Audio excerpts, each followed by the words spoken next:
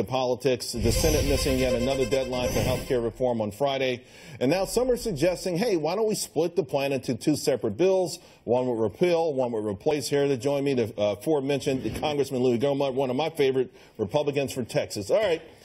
I know you're a repeal kind of guy. Yeah. So when President Trump tweeted about this last Friday, it had to make you feel pretty good. Oh, I loved it when he said, look, if we can't get it done, let's separate them. I think it would be fantastic to do that because most of us just ran on repeal. We want free market solutions because we know that will return actual doctor-patient relationship. It'll return control over prices if we also do what the House finally did. I wasn't sure we were going to get a vote, but that is in the exemption that health insurance companies have had from the antitrust laws. They're allowed to monopolize, Charles, and that means what other companies could never do. They can go in and say, you either do our deal or we put you out of network. They can drive out the small companies, the emerging companies. And so if we allow to buy across state line and don't end the exemption, instead of having one monopoly in 30 states, we'll have one monopoly in all the states. So that's a big deal. And you know what? When we finally brought it to the floor, it got over 400 votes. Really? Yes. Well, the Senate version, though, is an amazing, to me, just an amazing wet kiss to the health insurance companies. $50 billion. Aren't they sucking up to them? Oh, my word. It blows me away. So, yeah, you can argue lower premiums, but out-of-pocket costs are going to be the same. And you have the health insurance companies still calling the shots. Yeah, and that's why that's not what needs to happen. You know, the Democrats were sucking up to the health insurance companies, believe it or not, and that's why they endorsed this, the Obamacare. But we need to just say, we don't care what you think, Big Pharma. We don't care what you think. We're going to do what's best for the American people, and let's get it back in their hands. But all of this talk about CBO, I agree with Art Laffer. You know, we just got to forget the CBO score because you know when your margin of error is plus or minus 200 to 400%, you got no business scoring anything, and that's where they were on Obamacare. Yeah, Jerry, did you have? Yeah, I just wanted to ask you. You made it clear you like separating out repeal and replace. Just to play devil's advocate, the Democrats are going to have a field day with this if it happens because they're going to say, here come these Republicans, they're taking away, you know, your Medicare, all your health care. What do you think of Ben Sasse's plan to kind of force repeal and replace apart, but then to make sure that the second part of it gets done in that first No, I'm fine with that, yeah.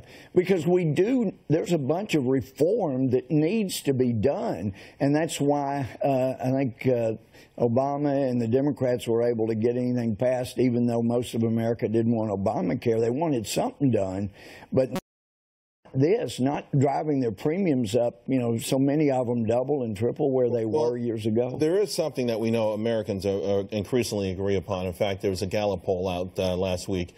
61% of Americans want a middle-class tax cut. Yes. Your party has the support on this. Can they deliver it? I mean, this is, to me, low-hanging fruit. You're exactly right, Charles. It should be low-hanging fruit. I mean, for heaven's sake. But the thing that I'm afraid has stalled our leadership, they're scared to death of a terrible CBO score that would say, oh, Republicans are adding to the deficit. Again, Laffer's right. Just forget CBO. You know, I can't remember if it was Phil Graham or whoever, but they said, you know, the trouble with CBO, if you ask them how much money we would bring in with a 200% income tax, they would dutifully come back and say, well, you're going to bring in twice as much as everybody makes. Why did Republicans lose faith in supply-side capitalism? That's a good question. But they get the answer is we get too caught up in the weeds. But what about the bird rule? What about this? What about that? And that's where we have got to have some courage and just say, no, we're going to do what's right for America. And do what you promised America. And if we do it quickly, then people will have a year to see, wait a minute, it's not all the gloom and doom the Democrats said and CBO said, and then we can finally get rid of CBO and start having competition in scoring bills. Congressman, stay with us because you are with us for the hour.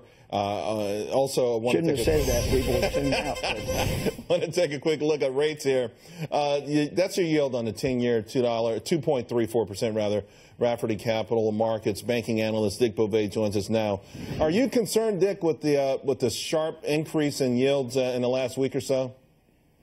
Well, you know, in terms of the holdings of banks, since they own $3.5 trillion worth of securities, when you get a 7 or 8 basis point increase in the rate in a 1 week period, you know, it's going to reduce the value of those securities, which makes it more difficult for the banks to make money. Well, in the meantime, the banks just had that so-called stress test. I always think it's a joke, to be quite frank with you. I don't think that they really know how to gauge human behavior when catastrophe is happening. That said, they passed for flying colors. They were able to return over $100 billion to shareholders. So does this now prove a point, hey, maybe these stress tests work and they're necessary? Well, I mean, I think I agree with you. I think the stress test can't show what people are really going to do when a real recession develops. So I don't think that they're very accurate at all. Also, I don't agree with the fact that the government tells the banks how much dividends a bank can pay its stockholders. I think that's the essence of socialism. But I think that, you know, basically, when we get through all that, the banks are in very healthy condition. They've got, if you go back over the past 30 years, they've got more equity as a percentage of assets. They have more liquidity as a percentage of assets. Their loan-to-deposit ratio is one of the lowest that we've seen going back 40 or 50 years. So the banks are in very healthy condition. Well, they're in healthy condition, and now Wall Street is taking notice. We saw this rotation start about 10 days ago, and even today, banks are looking pretty good. The Goldman Sachs of the world, while tech names are starting to sort of suffer here a little bit. Do you think at this point bank stocks might be a better investment than tech stocks? Well, I can't answer the question because I don't know anything about tech stocks, but I do think that when you take a look at bank stocks right now, you know, you're dealing with all of these issues on health care and taxes and other stuff. As far as the Trump administration is concerned in banking, everything they want, they're getting. They're making a massive change in the structure of the banking sector, what they promised they would do, and I think it's going to be incredibly effective. I mean, you've got a banker who's going to be running the OCC. You've got a guy who wrote the Financial Choice Act who's going to be running the FDIC. You've got a guy who was investing in financial companies who's going to be the Fed governor in charge of bank supervision, and you're changing the focus of where the regulation comes from the Fed up to the FSOC, which is run by the Treasury Secretary.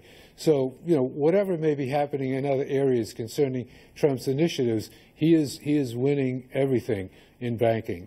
All right, and bank stocks are starting to reflect that. Dick Bove, thank you very much. Really appreciate it. Thank you.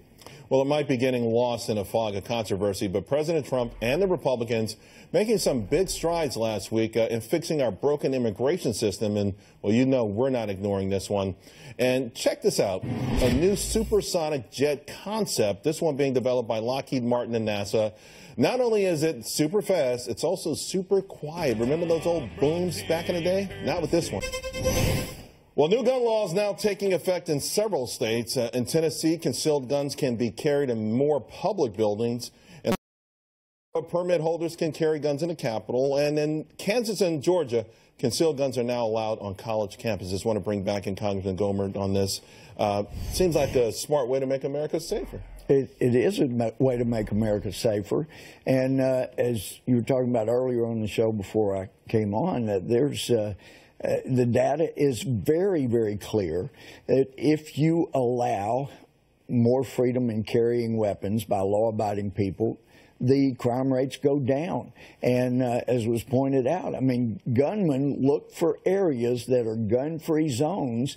And there was a Wall Street Journal article some years back about the psychological nature of those who do these shootings.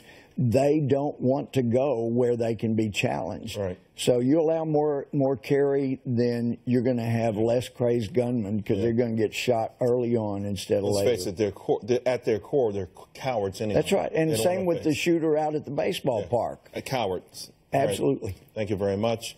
Now to this, the government is scaling back parts of its laptop ban, at least on those international flights. Jerry, you've got those details. That's right. Well, you know, it's a little, they're opening it this much. It's barely breaking down this policy. Abu Dhabi, Etihad Airways was cleared Sunday to allow people to bring on their laptops. I got to tell you, Airways, airlines, the industry pushing back against this. They tried to do it in Europe. Europe's airlines said, no way, we are not doing this, no how. So this is a little retrenchment on the part of Homeland Security. Abu Dhabi Airport is one of 10 in the Middle East and North Africa that face this sanction. A lot of people pushing back, though, even though it would keep us safer. They don't want to see this happen. I mean, that's, you know, that's your big income stream, right? Businessmen, businesswomen carrying their laptops on and playing solitary. I mean, you know, they need them. Because they're working so hard. Yeah. Hey, let's check on the big board here. The Dow up 188, 89 points. We're near the high of the day, but we're also at all-time high. You are making a lot of money the day before we observed July 4th holiday.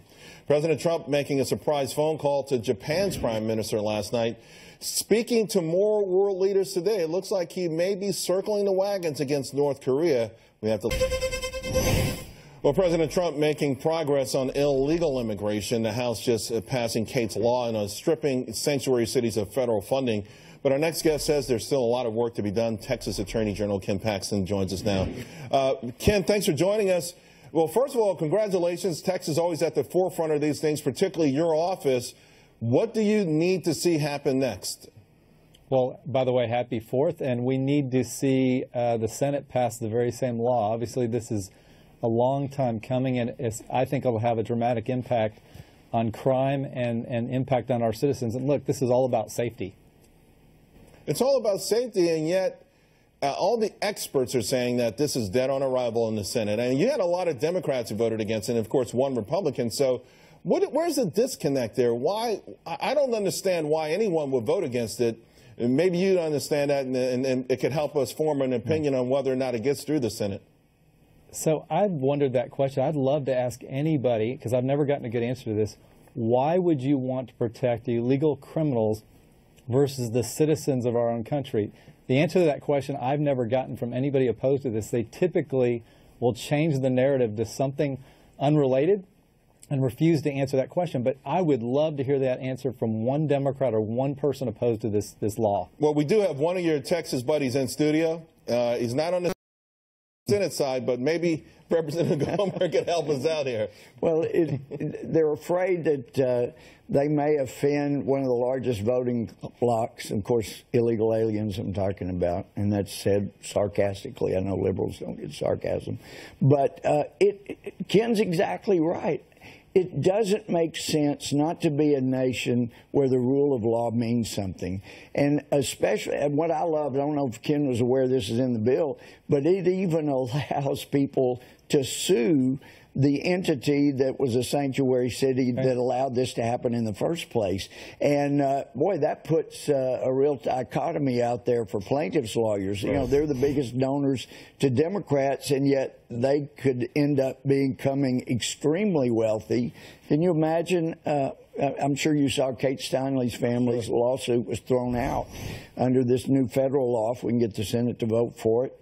They stay in court, and they go against San Francisco. And I don't care how hard-hearted you are, when you hear that father say the last words his precious, beautiful daughter said was, "Help me, Daddy," you're going to want to make San Francisco pay for what they did. Absolutely. And speaking of which, Ken, can you give us an update how your situation is going, the lawsuit with your new law? So when we passed this, obviously we passed a sanctuary city bill. The governor signed it into law. We immediately filed our own lawsuit, expecting that cities around our state would file a lawsuit against us. And so we've already been in court. They're asking for an injunction. We don't know what's going to happen there, but we're very confident that in the end that we'll prevail, because this exact law, or very close to this law, was already reviewed by the Supreme Court in an Arizona case several years ago. So we're confident that we're ultimately going to be successful on this bill.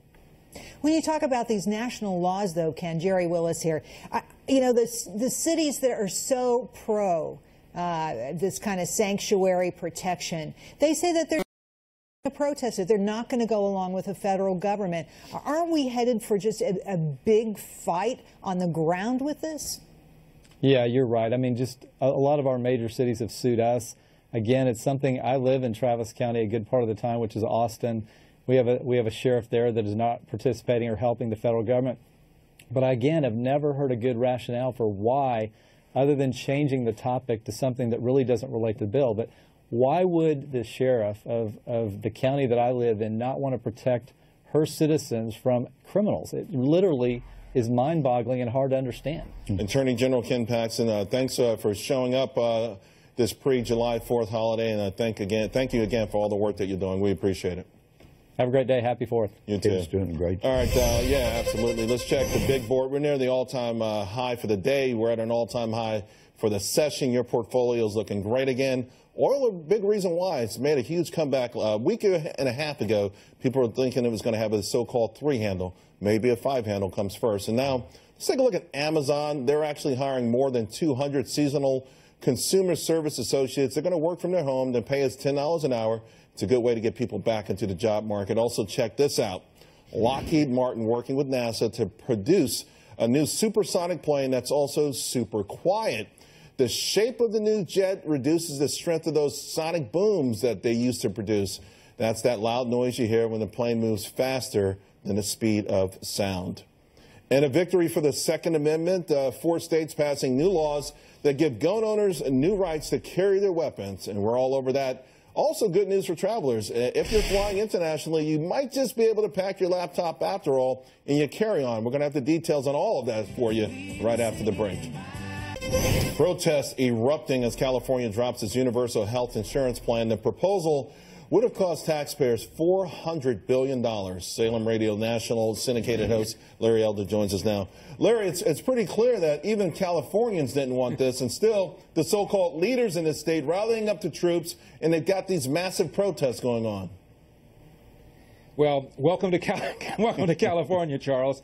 You have the left-wing part of the Democratic Party fighting with the left-wing part of the Democratic Party, and the sensible guy in the room is the governor of California, a left-wing Democrat, who once said fairly recently, minimum wage hikes don't make much sense, but they make great moral sense. So he signed a minimum wage bill, even though he admitted that it did not make very much economic sense. That's what's going on here in this state. $1 trillion unfunded pension liability, and they want a $400 billion single-payer bill with no funding mechanism. So even the person who introduced the bill has pulled it. Not that they oppose single-payer, but they recognize that there's no revenue stream for it, at least not yet. At least not yet. But to your point, that has not always stopped them in the past. Maybe we found the magic number that brings some sanity to the states, because when Moonbeam is leading the charge, you know something's wrong.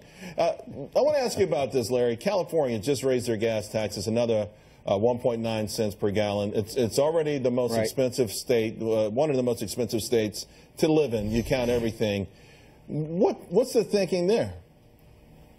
Well, the thinking is that if we raise taxes even more, then maybe someday the roads will actually be paved and will be working. We've had some of the worst roads in the state because the money is not being used for the roads. So the idea, of course, is to throw more money at the problem. If you throw enough money at the problem, sooner or later, say these left-wing Democrats, the problem will go away. The problem is this is a one-party state. The Democrats have a supermajority in the Senate. They've got a supermajority in the Assembly. They don't need Republicans at all, so there's nobody at all to restrain them. And they are spending and spending and spending and driving job creators away from the state.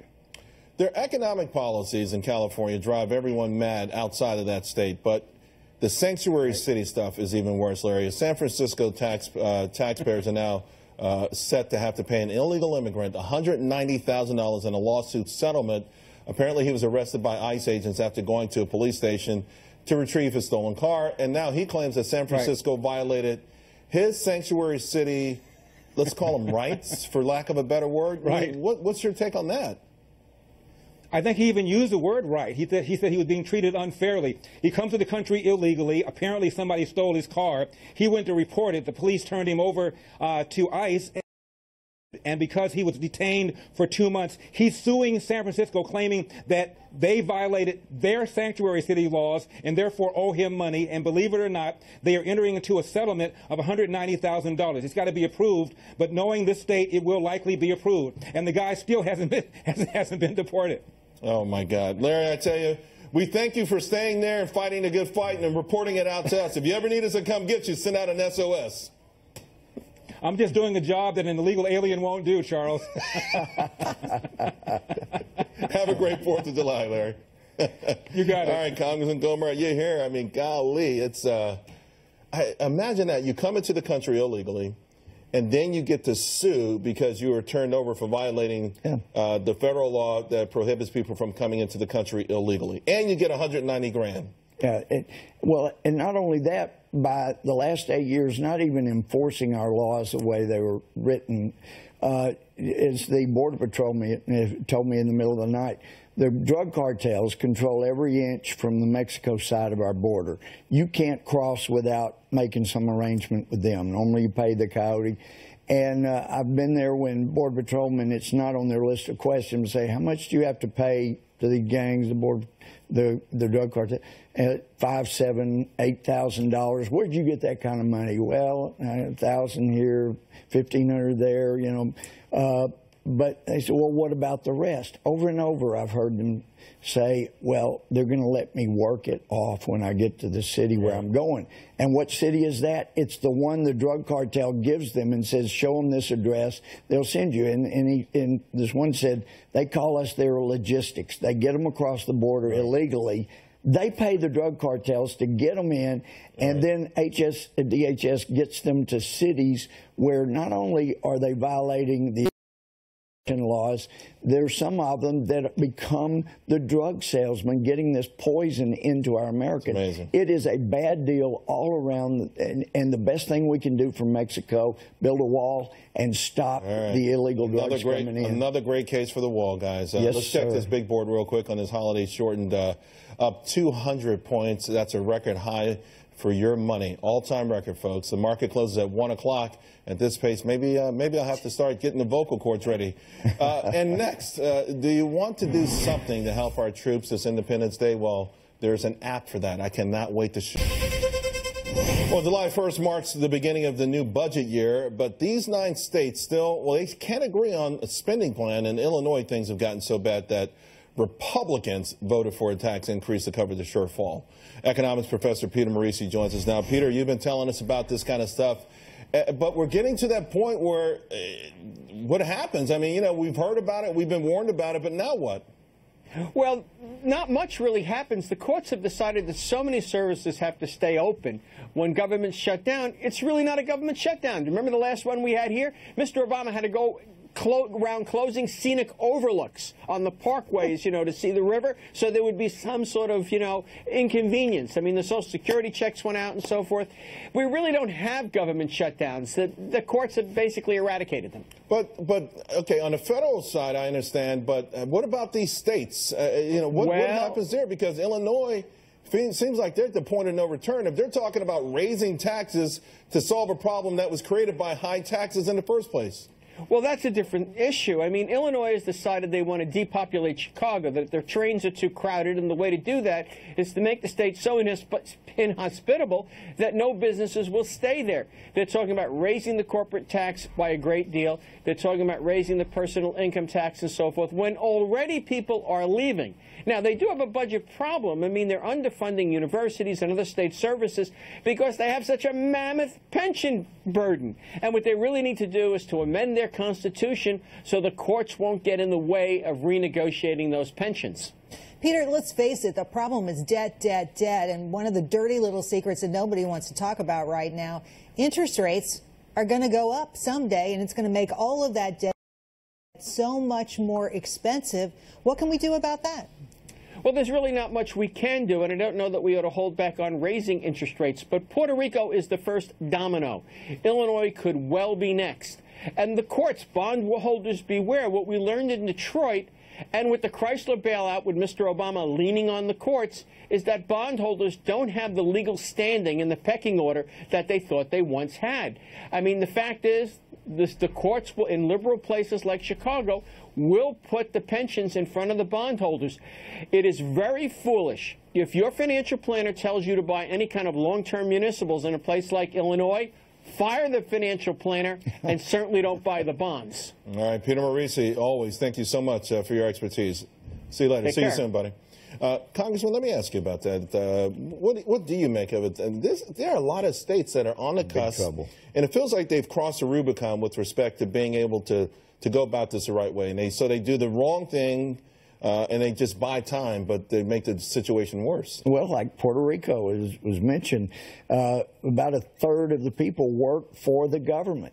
They pay no federal income tax because they don't have a full voting member of Congress, and yet they ought to be the Hong Kong of America, you know, with no federal income tax. People ought to be rushing there with no federal corporate tax, except their local tax is higher than the federal tax because they've got so many people working for the government. Luis Fortunio, a good friend, got elected governor. Yeah. He said, we got to reform this. And what did they do? It was a close election, but they didn't reelect him after he started letting some government. But more recently, there was a vote, and like 97%, 95% now want statehood. They want to be saved, but they did enter into a Faustian deal. So they had U.S. citizenship. They didn't have to pay taxes, but they had access to all of these transfer payments. Yeah. So the welfare, the housing, all of that stuff took away the internal, to me. I looked at, you go back to the 1950s, Puerto Rico's economy was growing like crazy. That's right. They grew 80% of their own food. It's completely gone. Destroyed them because it had become such a welfare state, literally.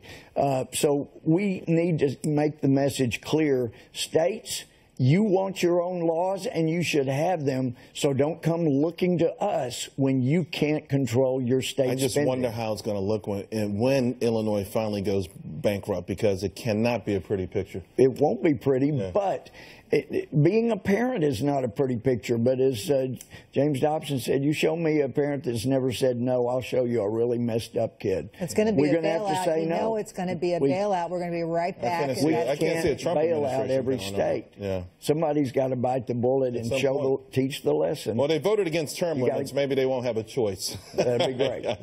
In the meantime, President Trump is still under fire by the mainstream media for doctoring this video. This shows him wrestling CNN, or as Todd Starnes said, wrestling CNN to the ground. But the president taking a more serious tone this morning for sure, tweeting among other things, quote, at some point the fake news will be forced to discuss our great jobs numbers, strong economy, success with ISIS, the border, and so much else. We're joined now by David Hoppe, House Speaker, Ryan's former chief of staff. Do you like the tweets, David, that you're seeing coming out of the president this morning? Well, more than this morning, it's looking overall. The president has a very, very powerful ability to use his social media. But unfortunately, it's too on and off. There's no discipline. There's no consistency. If he would use it consistently for things like getting health care reform, repeal and reform done, it would be a great, great addition to the effort. But when he goes one way and then the other and does some of the personal things that he does, I don't think it's helped, because the consistency is the key here. Discipline and consistency. Is that something of an establishment cop-out that the president should get health care through in 140 characters or less, when this is actually Paul Ryan's, he gave Paul Ryan the baton, said run with it, and he barely got it over the finish line? What you need to do is work all together. Let's look at the Reagan administration. Ronald Reagan was the leader. The president always has the largest megaphone. Nobody else can match it. That is the situation. Ronald Reagan worked very carefully in a very disciplined manner to help get, first of all, budget reforms and budget changes and then tax changes. And he got all those done by August of his first year because he was working hand in glove and was very disciplined and consistent. This isn't trying to shift blame in any way. It's simply saying the president has a power that Ronald Reagan never had with his social media, and he could use it very consistently and effectively, I think.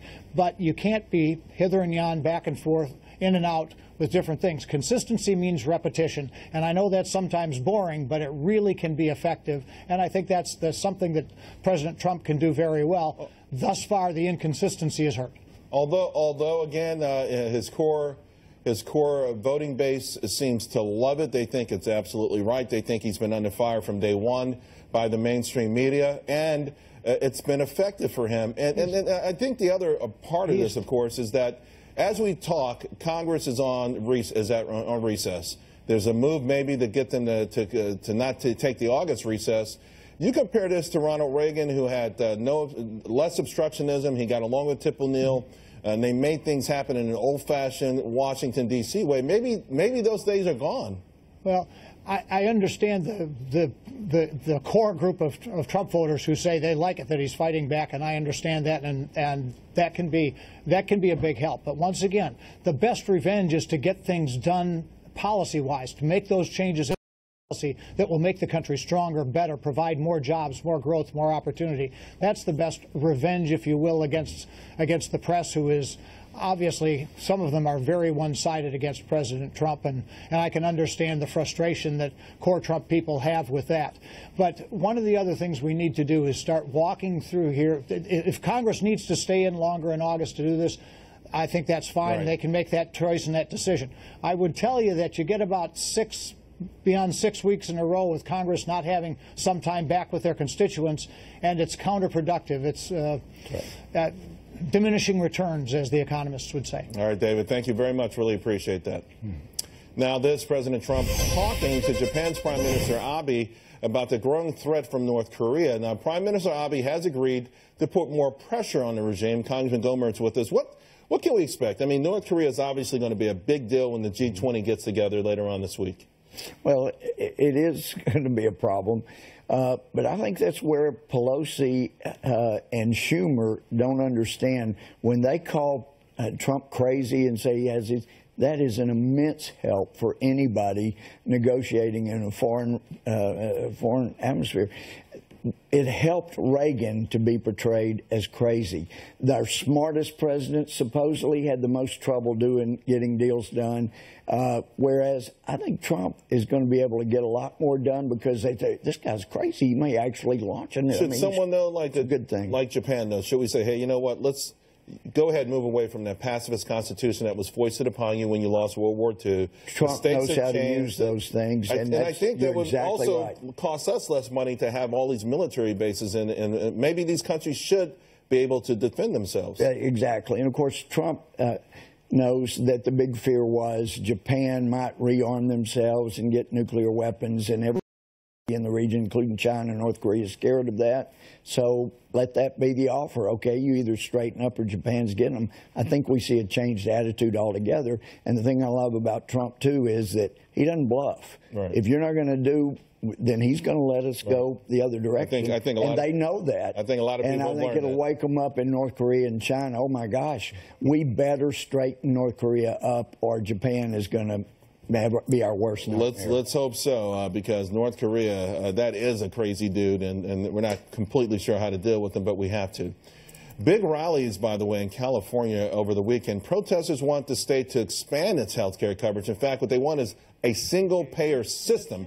Free health care for all. Come to California. Come back, everyone that left. And by the way, speaking of California, the state's raising its gas tax again. It's already one of the most expensive gases states to gas up. Now drivers are going to pay even more at the pump.